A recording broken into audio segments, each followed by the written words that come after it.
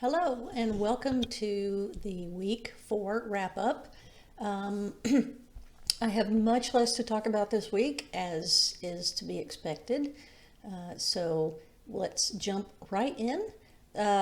First thing I want to talk about is in your writing assignments, you should be using headings. I see some of you are not, and headings guide the reader to kind of tell them, what to expect, is next. So please get in the habit of using headings in your written assignments.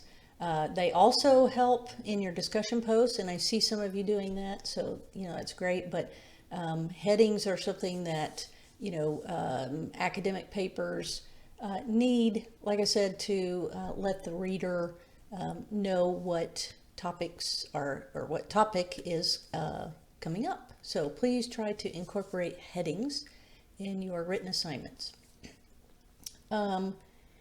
I started giving bonus points for discussion post responses. So, when you first got here, I was grading them to kind of let you know, how they rated, in my opinion, again, the responses to your peers' posts. So I'm not grading them anymore because I think you have an idea of what's expected. So I am awarding bonus points to those who write substantive posts and add to the understanding of the original writer and the rest of your class. So I'm putting those bonus points toward your discussion post grade. However, if you have already scored high enough, and you're going to go over a 10, I take those remaining points and apply them to, either a written assignment or another discussion post or your portfolio activity. I try to keep it in the same week because, the topic is the same by week, and trying not to apply it to other topics. But that said, if you've earned those points, then I'm going to apply them, wherever I can, wherever makes sense. So thank you to those of you who are really going, above and beyond what you have to do, which is 3 to 4 sentences. For those of you who are not replying, in a way that's expected of a graduate student, I am writing you a private reply, but I'm not going to subtract any points right now. In week 7, I will subtract points from week 7 and 8, and I know that's only 2 left, but I'm trying to give you an opportunity to make sure that you meet the standard of a graduate student before I take away points from your overall grade. Okay, you must use an Oxford comma in your writing. So the Oxford comma, also called the serial comma, is what you use when you have 3 or more items in a list. So if you say the teacher was constructivist, comma, progressive, comma, and an essentialist, you have to use that comma before the conjunction. That is required by APA, and I've been adding them in particularly when I edit your portfolio activities and when I was editing your papers. So please get in that habit. I know that some of you don't use the Oxford comma, and that's sort of a modern era thing, and maybe you learned not to have an Oxford comma, but in APA it is required. And then another writing mechanic that you need to use is a comma in front of a conjunction when you have a sentence on either side of the conjunction. So if you say the teacher graded the papers, comma, and she was very happy with our scores. So the teacher graded the papers as a sentence.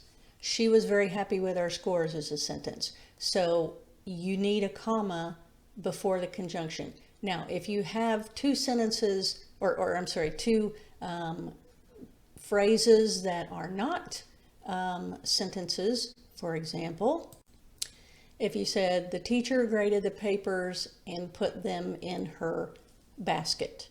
The teacher graded the papers is a sentence, but put them in her basket is not a sentence. So you don't need a comma. And I think sometimes people add a comma because they sort of pause, and sort of take a breath, but that's not a rule for using a comma. And Produce OWL has a whole page on comma usage, and I've provided it to a couple of you. So, if you're not sure whether to use a comma, go to Purdue OWL and search for comma usage, and you'll get the whole list of examples of when to use a comma and when not to use a comma, because we don't want comma splices like that last example. We don't want commas just thrown in, and all our punctuation is to make things easier for the reader.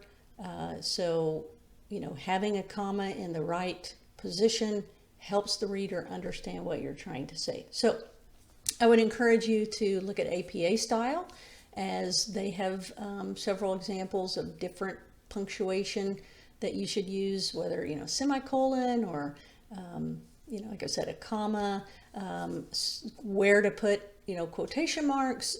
Remember that commas and periods go inside the quotation marks.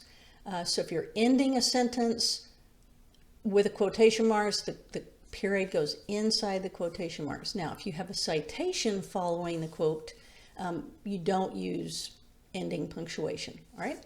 And I'm going to provide you a couple of examples here.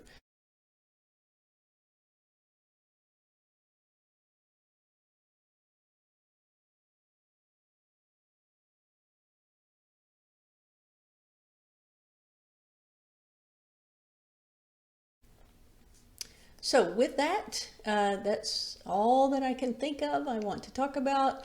I really enjoyed the portfolio activities this term. It was neat, reading about your memories, and it was it's interesting because, like I said in the preview, I remember when I was 5, we rode on a train, but I don't know what the purpose of that was.